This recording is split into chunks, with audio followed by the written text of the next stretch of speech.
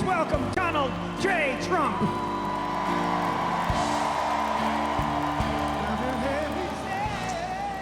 We're back, 7:30 CBS Mornings, and that on your screen was the moment here last night at the RNC when former President Donald Trump made his very first public appearance since Saturday's assassination attempt. Yesterday, it also became official. He was nominated to the Republican ticket, and he named JD Vance, a 39-year-old freshman senator from Ohio, as his running mate.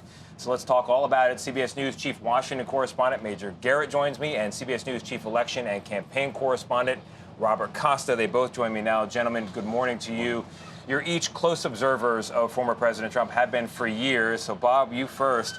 When he walked out of that tunnel, what did you notice?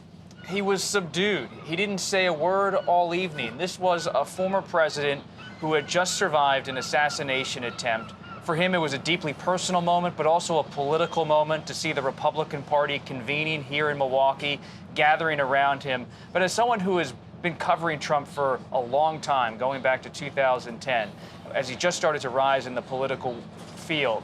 This is someone who is rarely emotional in his public settings. He's a television star. He is someone who's been on the public stage for more than a half century, going back to his days in New York real estate. Rarely portrays anything he's feeling, but you could see last night he was visibly moved by the moment to see those ovations here in the arena behind us. Major, you know, there's always a convention bump, but this is a different kind of a convention given what happened on Saturday. Will we see a change in the polls? We are likely to. We always have after conventions. The question always is, how long does it last and how big is the bump? We'll find out about that. But one thing worth pointing out about last night, it is atypical for a wordless Trump appearance to have gravity.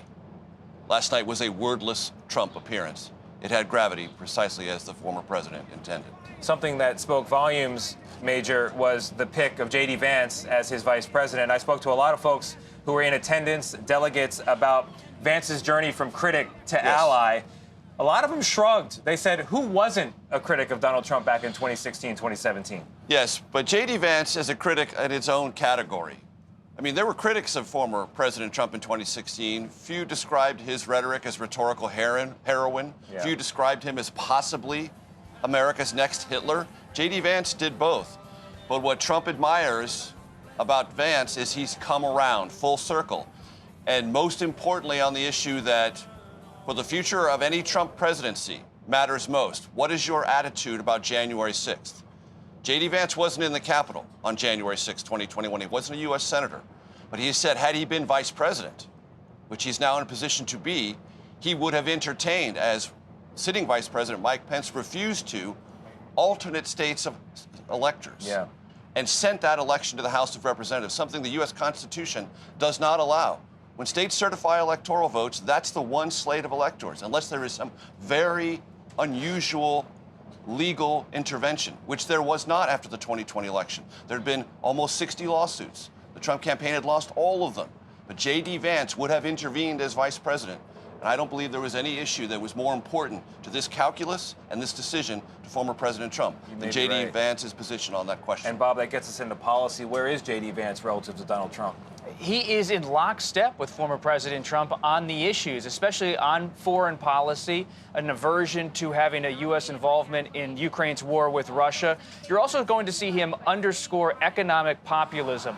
Yes, he's the junior senator from Ohio, but he's essentially going to live in western Pennsylvania, Michigan, and Wisconsin, according to my conversations with the Trump campaign. They believe he can really play up his own roots in southern Ohio, talking about being a working American who's then succeeded at a high level in the Ivy League, ultimately in business, now in politics, and he can connect with those voters that Trump wants to make sure show up. Picking Senator Vance is about making sure the base comes out for the Republican Party. It's not necessarily about making an overture to traditional Republicans who find Senator Vance far too much to the right. But at this time, the Trump campaign is making a bet that if they get all the Trump people to come out in the industrial Midwest, he'll end up back in the White House. Yeah. Imagine a campaign bus that doesn't do anything but go from Pennsylvania to Wisconsin through Michigan in a big oval. Yeah. That's, I think, what we can imagine. A lot of Big Ten football games. Yeah, from J.D. Vance and the Trump campaign in that region and for those reasons. Yeah, they used to call it the blue wall. They're hoping that blue wall crumbles once again. Bob, Major, thank you very much. Appreciate it, gentlemen.